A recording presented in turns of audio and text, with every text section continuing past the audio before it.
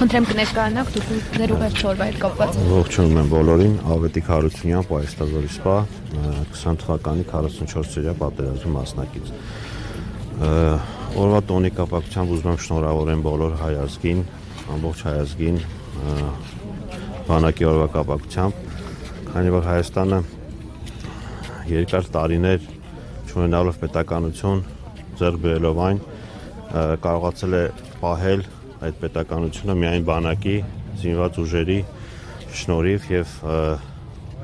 այսօրվա գործող զինծառայողներին, պայստազորի զինծառայողներին, շարքայինից մինչև գեներալ, բոլորին շնորհակալություն պետք է հայտնել եւ շնորհավորել այսօրվա կապակցությամբ։ Ցավոք սրտի այսօր մենք մի քիչ այլ կերպ պետք է նշեինք, քանի որ իրավիճակը այնպիսին է, որ բանակի դերը եւ նշանակությունը մեր պետության մեջ պետք է օր-օրի բարձրացվեր, որպեսզի կարողանայինք մեր առջև ծառացած բոլոր խնդիրները հետագայում կարողանայինք լուծել, բայց ցավոք սրտի մանր, բայց տեսանելի քայլերով հակառակ process-ն է գնում, զինված ուժերի դերը գնալով պակասեցվում է, նրա նշանակությունը պակասեցվում է, դա ակնհայտ երևում է եւ դա շատ վատ հետևանքների կարող է բերել։ Արդեն մենք դրան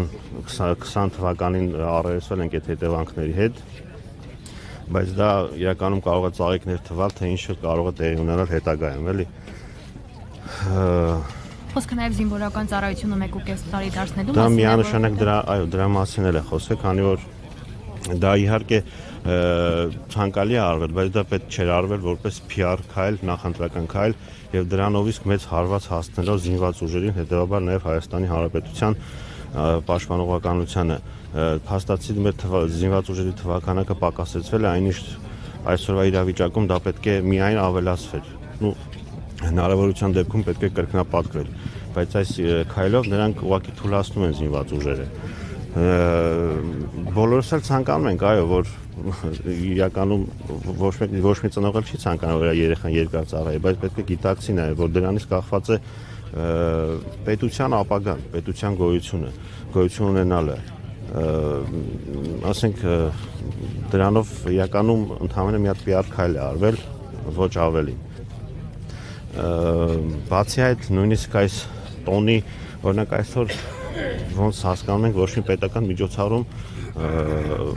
չի պլանավորված, բայց ինչ պետք է դա նշվեր։ Ինձ թվում է սա մանր քայլեր են, որոնք հետագայում էլ ավելի ակնհայտ դառնալու են զինված ուժերի, կոպիտ ասած, նշանակությունն ու դերը մեր հասարակության մեջ սեմացնելու, ընտրություններով հեռացնել նրանց։ Դրանից հետո նոր հետագա քայլերով, այսպես փշուր հավաքել այն ինչ որ այս պահին դեռ մնացել է։